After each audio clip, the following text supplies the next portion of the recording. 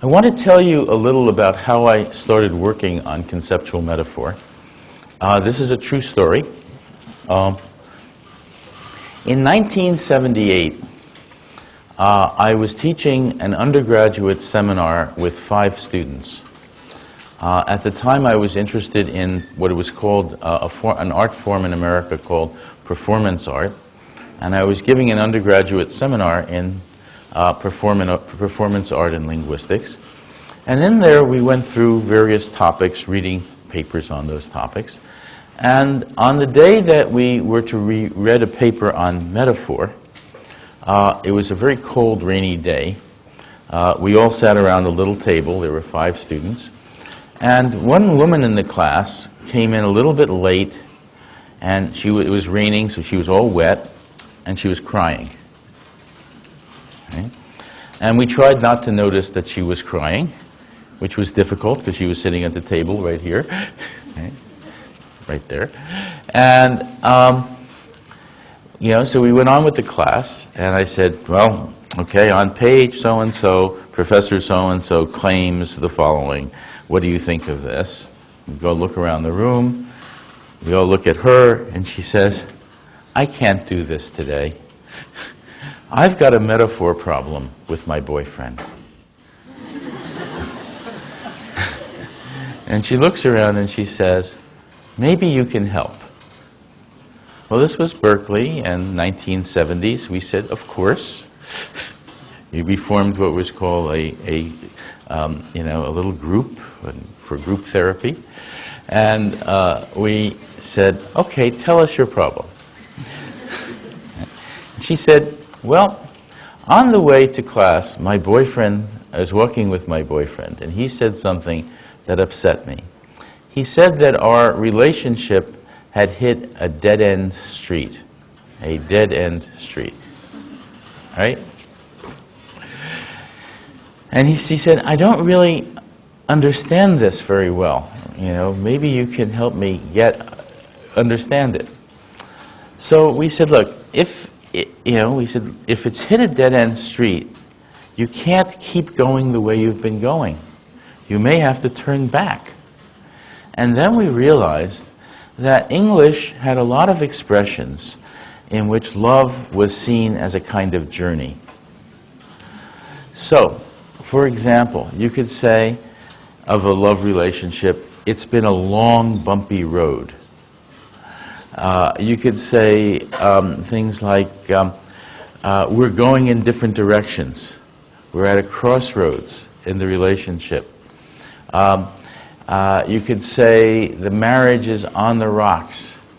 It's off the track. We're spinning our wheels. And even an airplane image, we may have to bail out. Take a parachute. Now, and by the way, being a linguistics professor, I dutifully wrote down all of these expressions. We made a list. And I said, gee, this is an interesting list, Is there a generalization about this list? That's the question a linguist would ask. What is the generalization here? And we looked at this list and we said, well, in every case, love is seen as a journey. The lovers are the travelers. Okay? Well, what is the love relationship? The love relationship is the vehicle. Sometimes it's a car, sometimes a boat when you're on the rocks, a train when you're off the track, a plane when you're bailing out, but some kind of vehicle. Okay? So love relationship is a vehicle. Write down love relationship, vehicle. What about this journey? Where are you going? Well, you have common life goals, and the common life goals are the destinations that you're trying to reach in this journey. Common destinations. So, common life goals, destinations. Okay? And what about why do you keep hitting dead-end streets and spinning your wheels? Well, these are difficulties in a journey. So, it turns out that difficulties in the love relationship are difficulties in the journey. That is, they're impediments to travel. They're things that keep you from getting to where you want to go. So you're spinning your wheels, you go on the rocks, etc. Okay, so we write these down, and they're completely systematic. They look like almost a mathematical mapping. Okay, and you say, gee, that's very interesting. We have this generalization that looks like a mathematical mapping about these different expressions. And the woman says, I don't care about your generalization. My boyfriend is breaking up with me. She said, he's thinking in terms of this metaphor. So I said, gee, that's interesting. How can you think in terms of a metaphor? I mean, the classical theory of metaphor doesn't talk about thinking in terms of a metaphor. How does this work?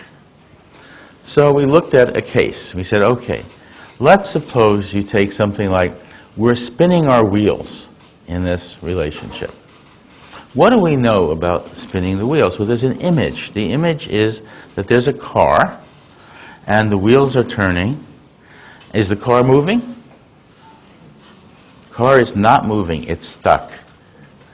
It's stuck in America. The term spinning your wheels applies to a case where the car is not moving. It's stuck in ice or sand or snow or something like that.